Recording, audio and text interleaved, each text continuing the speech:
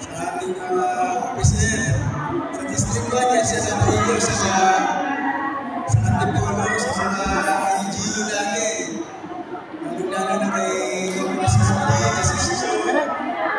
kay Mayor, hello, kay kanina din,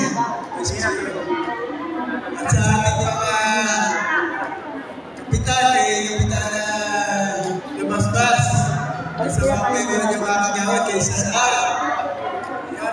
walang sawa po sumusuporta yan, kay Sasa.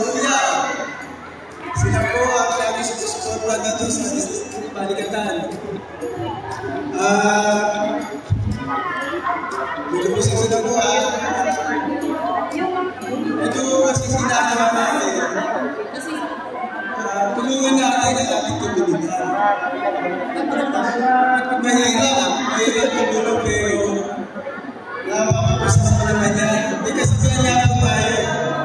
Pag ang mali nagsama-sama, ay mapapagandaro natin ito at makakatapo tayo isang magandang organized para sa komunidad.